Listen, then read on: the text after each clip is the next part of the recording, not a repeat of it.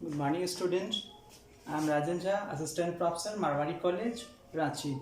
आज का यह वीडियो प्रॉफिट मैक्सिमाइजेशन है जो हम लोग देख रहे हैं CC4 पेपर का एप्लीकेशन ऑफ डेरिवेटिव से लिया हुआ ये टॉपिक है। तो हम देखते हैं प्रॉफिट मैक्सिमाइजेशन। तो प्रॉफिट मैक्सिमाइजेशन में क्या है कि आपको जो क्वेश्चन दिया होगा वो जैसे कोई फर्म है, उस फर्म का फंक्शन के रूप में देगा कि एक मोनोपोली फर्म है या एक परफेक्टली कॉम्पिटिटिव फर्म है या मोनोपोलिस्टिक फर्म है। वो फर्म का रेवेन्यू कंडीशन, कॉस्ट कंडीशन आपको दिया होगा। अब जब आपको रेवेन्यू फंक्शन और कॉस्ट फंक्शन दिया होगा, उसके बेसिस पे आपसे पूछा जाएगा कि किसी एक फर्म का ये रेवेन्यू फंक्शन है और ये कॉस्ट फंक्शन है। आप बताइए कि किस क्वांटिटी पे, चूंकि यहाँ पे देखिए क्वांटिटी के बेसिस पे दिया हुआ है, क्वांटिटी के कंटेक्स्ट में पूछेगा किस क्वांटिटी पे प्रॉफिट को फर्म मैक्सिमाइज करेगा। तो अब हम देखते हैं इसका सॉल्यूशन। तो सबसे पहले हम लोग को जैसे टोटल रेवेन्यू दिया है, आपको टोटल कॉस्ट आपको दिया हुआ है। तो टोटल रेवेन्यू को जब डिफरेंशिएट कीजिएगा तो आपको आ जाएगा मार्जिनल रेवेन्यू। टोटल रेवेन्यू को डिफरेंशिएट करने पे आता है मार्जिनल रेवेन्यू। देखिए एम आर इक्वल टू क्या लिखें, डिफरेंशिएट टोटल रेवेन्यू क्यू के रेस्पेक्ट में। तो 1200 क्यू माइनस 2Q स्क्वायर को जब डिफरेंशिएट करेंगे तो आएगा 1200 माइनस 4Q। तो अब आपका एम आर क्या हो गया, 1200 माइनस 4Q। नेक्स्ट में अब मार्जिनल कॉस्ट को डिफरेंशिएट करेंगे। तो मार्जिनल कॉस्ट क्या है, MC equal to differentiate TC respect to Q। ये कितना आएगा, Q minus 61.25Q square plus 1528.5Q plus 2000। इसको जब आप डिफरेंशिएट करेंगे तो क्या हमको पता चलेगा, मार्जिनल कॉस्ट वो क्या होगा 3Q square minus 122.5Q plus 1528.5। अब आपके सामने मार्जिनल रेवेन्यू और मार्जिनल कॉस्ट दोनों है। प्रॉफिट मैक्सिमाइजेशन के लिए दो कंडीशन होता है। पहला from the first order condition. The first order condition होता है कि MR इक्वल टू MC होना चाहिए, मतलब marginal revenue equal to marginal cost होना चाहिए। तो और दूसरा कंडीशन है from second order condition, differentiation of MR by DQ is less than differentiation MC by DQ। इसको बोलते हैं slope of MR should be less than slope of MC। मतलब मार्जिनल रेवेन्यू का जो स्लोप हो वो मार्जिनल कॉस्ट के slope से कम हो। तो ये आपका सेकेंड कंडीशन है। और ये जो अभी हम बता रहे हैं फर्स्ट मेथड से बता रहे हैं, नेक्स्ट वीडियो में हम इसको बनाने का एक और मेथड बताएंगे। अभी हम लोग पहला मेथड से देख रहे हैं। तो अब आते हैं यहाँ पे फर्स्ट ऑर्डर कंडीशन से हमको क्या निकालना है, MR इक्वल टू MC। तो MR आपको 1200 minus 4Q equal to MC आपका 3Q square minus 122.5Q plus 1528.5। अब जब इस दोनों को इक्वेट कीजिएगा तो आपको एक इक्वेशन आएगा minus 3Q square plus 118.5Q minus 328.5। इसको हम जीरो के से इक्वेट करेंगे, एक साइड लाएंगे सबको और जीरो से इक्वेट करेंगे तो आपका एक क्वाड्रेटिक इक्वेशन आ जाएगा। जब एक क्वाड्रेटिक इक्वेशन आप देख रहे हैं, इसको हम सॉल्व करेंगे एक फार्मूला पे। ये फार्मूला याद रखेंगे, Q equal to minus B plus minus root under B square minus 4AC by 2A। ये फार्मूला हमेशा याद रखिएगा कि जब भी क्वाड्रेटिक इक्वेशन को आपको सॉल्व करना हो, खास करके पॉइंट वाला क्वाड्रेटिक इक्वेशन जिसमें कि कॉमन लेना बहुत इजी नहीं हो, तो ऐसे केस में आप इस तरीके से इस फार्मूला से क्वाड्रेटिक इक्वेशन को ब्रेक कर सकते हैं। ये आप लोग बहुत पहले के क्लास में पढ़े होंगे। अब वहाँ पे हम जब सॉल्व करते हैं तो B के वैल्यू ये आपका B हो गया 118.5 प्लस माइनस फिर B स्क्वायर 118.5 का स्क्वायर माइनस 4, A का वैल्यू आपका -3, तो -3 मल्टीप्लाई सी का वैल्यू -328.5 बाई 2 इंटू -3। अब जब इसको सॉल्व कीजिएगा तो सॉल्व करने पे आपको आएगा q इक्वल टू, q का दो वैल्यू आएगा, q इक्वल टू 3 और 36। दो क्यू आ गया, मतलब क्वांटिटी 3 और 36, इसी दो में से किसी एक क्वांटिटी पे फर्म जो है वो प्रॉफिट को मैक्सिमाइज करेगा। तो अब हम लोग देखते हैं, इसके बाद यहाँ आते हैं सेकेंड ऑर्डर। जब फर्स्ट ऑर्डर कंडीशन से आप क्या कर लिए, आपको क्यू का वैल्यू पता चल गया। अब हम लोग आते हैं सेकेंड ऑर्डर कंडीशन पे। तो पहले ही बताएं कि सेकेंड ऑर्डर कंडीशन आपको क्या दिखाता है कि इसको आप कह सकते हैं, इसी टर्म को हम second order differentiation of T R बोल सकते हैं। मतलब डिफरेंशिएशन ऑफ एम आर का मतलब है कि differentiation of second order differentiation of T R, और डिफरेंशिएशन ऑफ एम सी इसका मतलब है differentiation second order differentiation of total cost. तो आप दोनों में से किसी को लिखिए, आप इस टर्म को लिखिए या आप इस टर्म को लिखिए, दोनों बात सेम है। तो अब मार्जिनल रेवेन्यू को आप फिर से डिफरेंशिएट कीजिए, तो आपका मार्जिनल रेवेन्यू है 1200 माइनस 4Q। इसको जब डिफरेंशिएट कीजिएगा तो आएगा -4। अब आपके सामने ये है आपका मार्जिनल कॉस्ट, इसको डिफरेंशिएट कीजिएगा फिर से, तो इसको डिफरेंशिएट कीजिएगा तो कितना आएगा 6Q माइनस 122.5 और प्लस 0, तो 0 को हम नहीं ले रहे हैं यहाँ पे। अब आपके सामने सेकेंड ऑर्डर का दोनों वैल्यू आ गया, एमआर का भी वैल्यू आपको पता है और एमसी का भी वैल्यू पता है। अब हमको एक देखना है कि स्लोप ऑफ मार्जिनल रेवेन्यू किस क्वांटिटी पे मार्जिनल कॉस्ट से कम होगा, मार्जिनल रेवेन्यू का स्लोप। तो उसके लिए हम देखेंगे Q का आपके पास दो वैल्यू है, एक वैल्यू 3 और एक वैल्यू 36। तो दोनों वैल्यू को जब आप मार्जिनल कॉस्ट में डालेंगे तो क्या देखेंगे, पहले जब Q को 3, Q इक्वल टू 3 है और मार्जिनल कॉस्ट में आप डाले तो आया 104.5। सेकेंड टाइम जब आप 36 को 6Q माइनस 122.5 में डालते हैं तो 6 इंटू 36 माइनस 122.5 टू 16 माइनस 122.5, तो आपको आता है 93.4।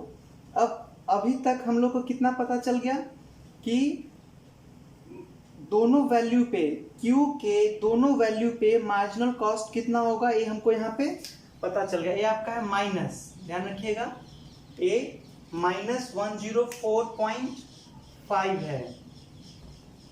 तो अब हम यहाँ देखने से इतना क्लियर हो जाएगा आपको कि -4 से क्या होना, -4 जो हो सो MC के वैल्यू से छोटा होना चाहिए, ठीक है।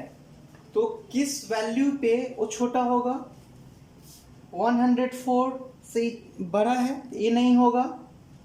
इसका मतलब है कि मार्जिनल रेवेन्यू 93.4 से छोटा है, क्योंकि ये कितना है 93.4 और ये कितना है -4। इसका मतलब है कि जब क्वांटिटी 36 होगा तो सेकेंड ऑर्डर कंडीशन आपका फुलफिल होगा।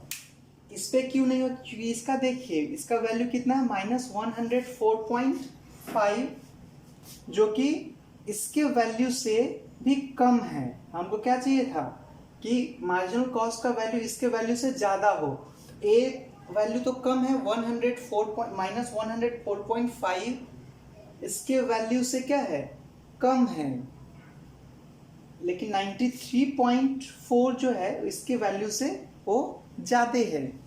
इस तरह से हम देखेंगे कि सेकेंड ऑर्डर कंडीशन में जब क्वांटिटी 36 होगा, मतलब ये जो फर्म है अगर 36 यूनिट प्रोड्यूस कर रहा होगा तो वही इसका प्रॉफिट मैक्सिमाइजिंग आउटपुट होगा। नेक्स्ट में हम देखते हैं कि किस तरीके से और कितना प्रॉफिट ये फर्म जनरेट करेगा।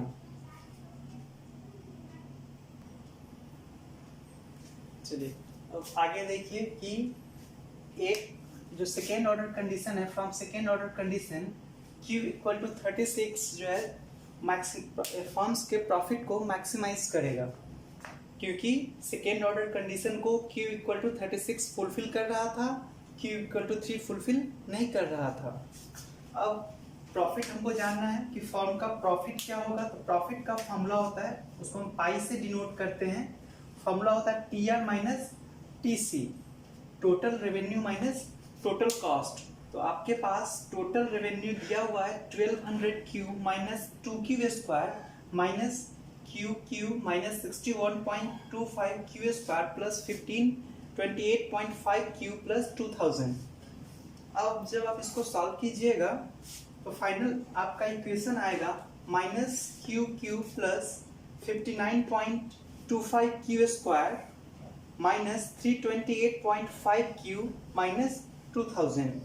अब इस जो आपका इक्वेशन आता है प्रॉफिट का TR माइनस TC करने पे, इस इक्वेशन में हमने Q का वैल्यू कितना है हमारा, यहाँ से क्लियर है आपको कि Q का वैल्यू 36 है। इस 36 को हम सब जगह पुट करते जाएंगे।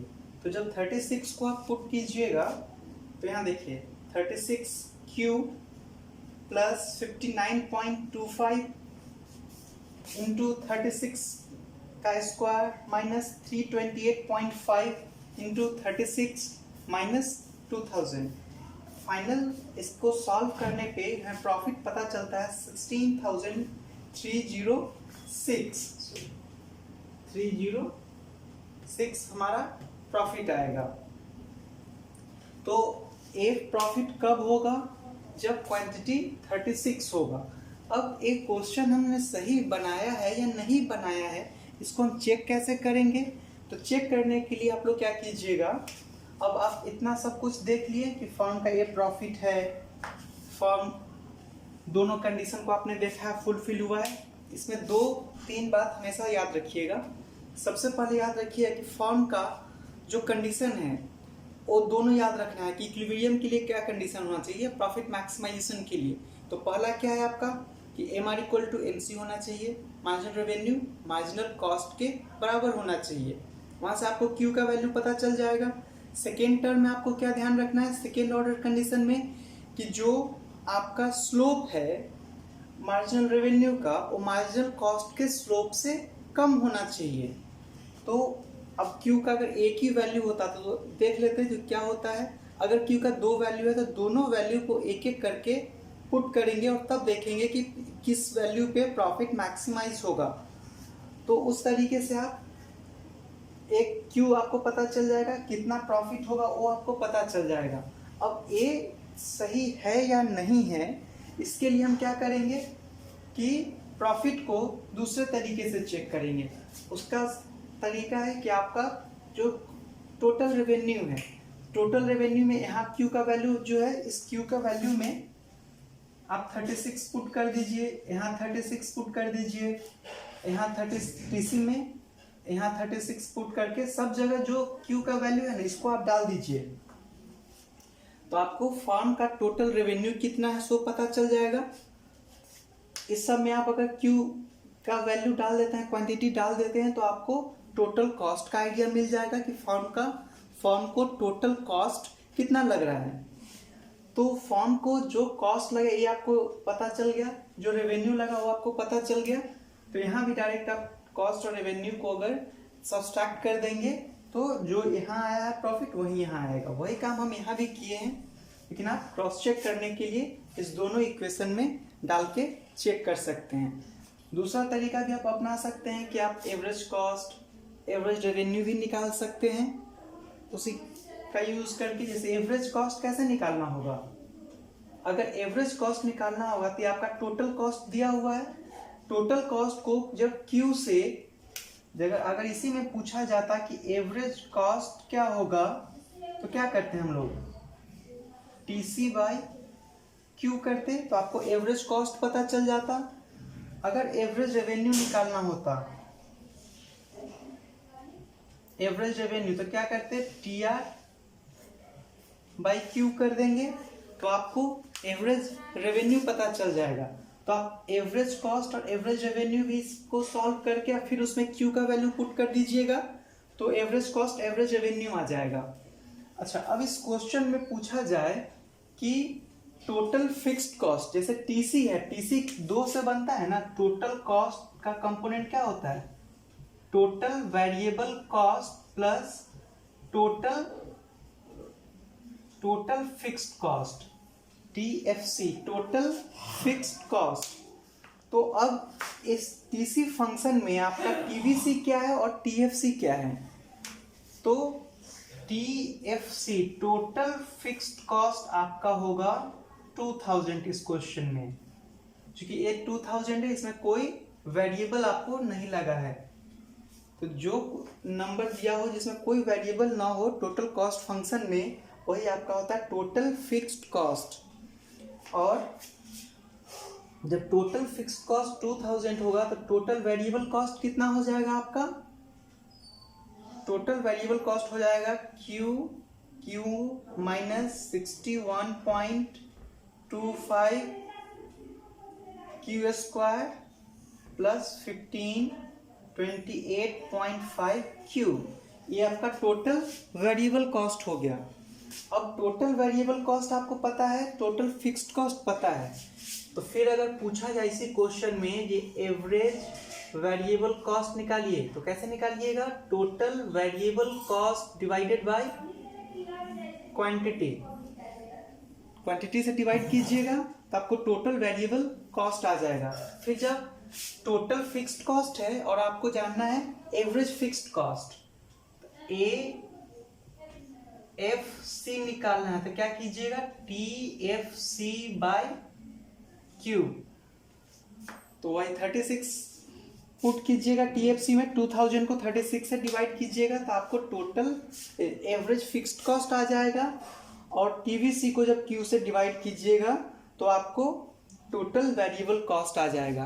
तो क्वेश्चन में आपको अगर कुछ भी दे, किसी तरीके से कुछ भी पूछे कि अब क्वेश्चन को बड़ा बनाने में उसमें लिखा जाता है कि मार्जिनल रेवेन्यू तो आप निकाल लेते हैं, मार्जिनल कॉस्ट तो आप निकाल लेते हैं, लेकिन ऐसा नहीं कि उस क्वेश्चन में आप एवरेज कॉस्ट नहीं निकाल सकते हैं, एवरेज रेवेन्यू नहीं निकाल सकते हैं, total fixed cost, average fixed cost, total variable cost, average variable cost हम नहीं निकाल सकते, हम सब कुछ निकाल सकते हैं। बस हमें देखना है, पहले एक कंडीशन करके प्रॉफिट निकाल लेना है। प्रॉफिट अगर पूछा जाए तो प्रॉफिट निकाल लिए, कितना, किस यूनिट पे, किस क्वांटिटी पे मैक्सिमाइज हुआ प्रॉफिट, किस क्वांटिटी, और आप निकाल लिए।